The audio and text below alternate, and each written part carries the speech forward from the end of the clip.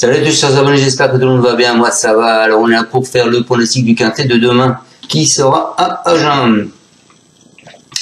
Avant ça les amis, on va faire l'arrivée d'aujourd'hui, donc c'est à Clairefontaine. Là, réunion 1, la course 1, l'arrivée le 4, le 5, le 15, le 6 et le 8. Dans la sélection 6 sur internet, je vais vous donner le 6 et le 4, qui étaient premier et 5e, donc ça nous fait quand même le 2 sur 4. Et à mes abonnés, je leur donne en plus le 15. Voilà, il nous manque ce 8 et ce 5 qui a créé une belle surprise car en plus il venait de lui mettre les bouchons d'oreille pour la première fois. Comme quoi il y a des artifices qui bien souvent sont assez impressionnants. Donc l'arrivée 5, 4, 15, 6, 8. Voilà, donc on s'en va à Agen demain. La réunion 1, la course 1, c'est le prix d'Anglo d'Agen. Le prix de l'Aglo d'Agen. Donc c'est le Grand Prix d'Inavena. Hein. C'est donc de l'athlé, 2625 mètres du 1 au 10 et 2650 du 11 au 15. Vous avez deux pastilles vertes, le 13 et le 15. Vous avez Henri qui met 2 chevaux dans cette course, le 13 et le 15. Et vous avez Lacombe qui en met 2 aussi, le 3 et le 4. On est parti avec mon prono les amis. Donc en vert vous avez le 13 et le 15. Il faut savoir qu'Agen c'est une piste qui est assez particulière. Il est assez difficile de rendre les 25 mètres quand même. Donc moi, des chevaux 25 mètres, vous en avez mis qu'un. Vous verrez bien lequel. Allez, on est parti avec mon polo. Donc moi, les amis, je pars en tête demain avec le 7. C'est quoi ça? Avec le 7, Hulk de Thiard. C'est un pensionnaire de Igor Pierre Blanchon. Il fait preuve de louable régularité en compétition lors de sa dernière tentative à Saint-Glamier. Il a fait illusion pour la victoire avant de subir une double attaque. Il n'a certes encore jamais réussi sur cette piste, mais c'est un véritable droitier. Il garde son mot à dire pour les accessites. Ensuite, eh bien, écoutez, ce ne sera pas le cheval de tout le monde, je vous ai mis 50. Très performant cet été avec notamment de nombreux podiums. C'est un élève de Denis Brossard. Il a toutefois été disqualifié dans les premiers mètres à l'occasion de ses 2 dernières sorties. Et jugé ce qu'il a fait de mieux, il détient une belle carte à jouer. Surtout s'il s'élance sur la bonne jambe. Donc c'est pour ça, moi écoutez, je vais tenter un coup de poker. Et c'est une affaire d'impression. C'est à vous de le choisir ou pas.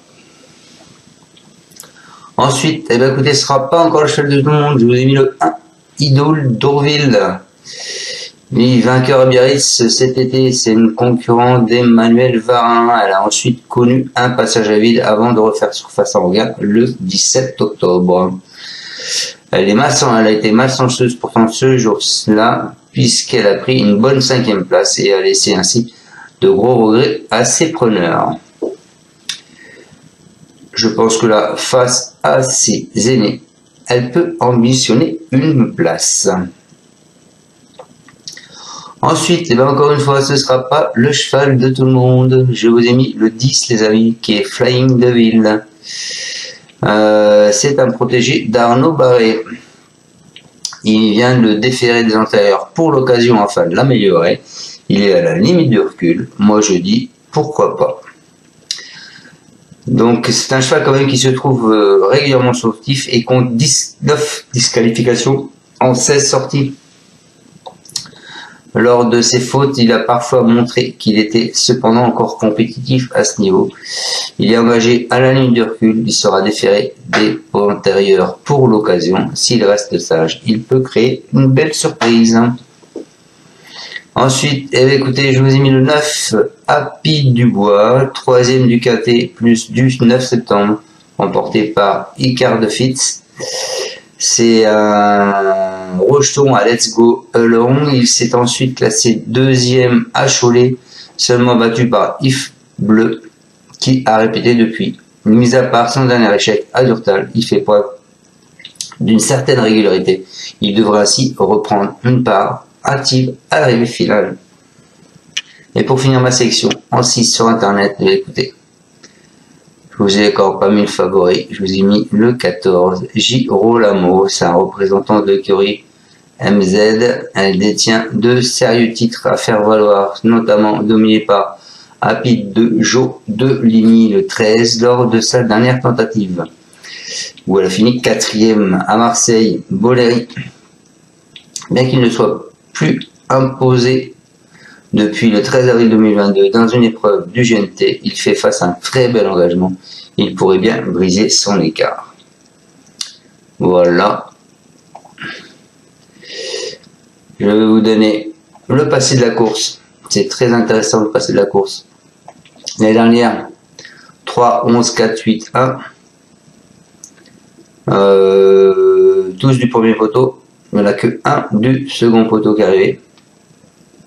Il y a 2 ans, 2 du second poteau. Il y a 3 ans, 2 du second poteau. Les cotes l'année dernière, le premier 75 contre 1, le deuxième 18, le troisième 5 contre 1, le quatrième 6 contre 1 et le cinquième 24 contre 1. Et cette course se faisait à Toulouse. Il y a 2 ans, c'était à Bordeaux. C'est pas encore le même hippodrome. Hein. Toulouse, Agen, Bordeaux, c'est pas du tout le même hippodrome, donc je sais pas si on peut s'y fier. Le premier 3-5, 3-5, 4-5, 13 et 6-5. Et il y a 2 ans, il y a 3 ans, pardon, 8,2, 30, 1, 9, 9,75 et 7. Les favoris d'après, vous avez le 13, le 15, le 9, le 7, le 3, le 14, le 1, le 2, le 5, le 10, le 6, le 12 et le 4 pour finir. Abandonner le 8 et le 11. Ouais les amis, je vous souhaite à tous une... Non, on va aller voir vite fait ce que disent les entraîneurs quand même, pardon. Donc le 7, Hulk de Thiard, c'est Igor Pierre Blanchon, c'est Franck Nivard qui le drive. Il sera déféré, il répète toutes ses courses et réalise une belle année 2024 à Saint-Glamier. Il était parfaitement mené, il avait sans doute besoin de cette course, il découvre un bel engagement en tête. Le déroulement de la course aura son importance, mais il fait partie de très bonnes chances. Il a été déféré sur le tard et pourra l'être totalement à nouveau. Voilà pour ce 7. Ensuite le 5, 50. Nicolas Brossard, le driver, nous dit il était trop tendu normalement derrière l'Autostar et s'est rapidement montré fautif lors de ses 2 dernières tentatives. Il sera plus à son affaire avec un départ volté. Il me paraît encore mieux que cet été lorsqu'il alignait des bonnes performances. Il n'y a évidemment que quelques adversaires à redouter, mais il devrait profiter de ces bels engagements pour terminer dans le quintet. Ensuite, Idole d'Orville, le 1, Emmanuel Varin, c'est Criado. Elle n'a pas été des plus heureuses lors de ses dernières sorties, notamment en gain en amateur la semaine passée. Sa ligne droite est bonne. Ici, elle découvre un engagement intéressant en tête. Je viens en priorité pour Idol of Love au cours de la journée. Emmanuel Criado a gagné avec elle sur cette piste. Il a sa place à l'arrivée. Voilà pour lui. Ensuite, le 10. Donc le 10 qui est Flying Devil. Arnaud Barre, il nous dit il découvre un bel engagement en tête. Maintenant l'opposition est sérieuse avec des concurrents meilleurs que lui. Il faudra longer l'oreille pour espérer au mieux une petite place. Il m'a plu à Castra en dernier lieu. Il évolue en forme, je vais défaire des intérieurs pour l'améliorer un peu. Ensuite, je vous ai mis le 9, Happy Dubois. C'est Eddie Plancheneau, c'est Béa Kert qui va le monter, le driver, pardon. Il faut effacer sa dernière tentative à Durtal. Il n'a pas été drivé au mieux, il s'est retrouvé piégé en épaisseur. Toutes ses sorties précédentes étaient bonnes. Mercredi, il bénéficie d'un engagement idéal sur un tracé qu'il va apprécier. Il y a quelques clients, mais c'est toujours un avantage de partir au premier poteau. Sauf incident, il doit jouer les premiers rôles de ce quintet.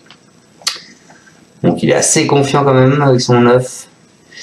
Et Girolamo le 14, Pierrick Noël nous dit dans le quintet. Il reste sur une sortie encourageante à Marseille-Borelli dans un lot bien composé.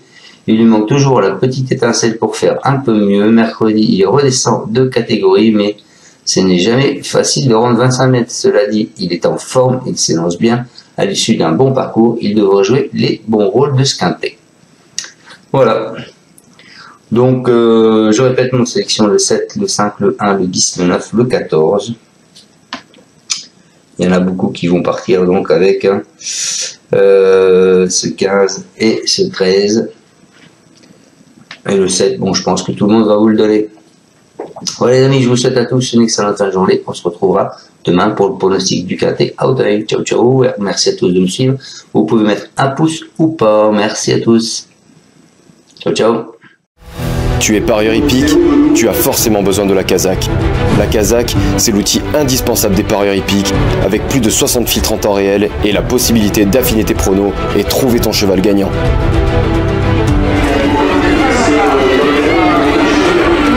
La Kazakh, l'outil indispensable des parieurs hippiques et des passionnés.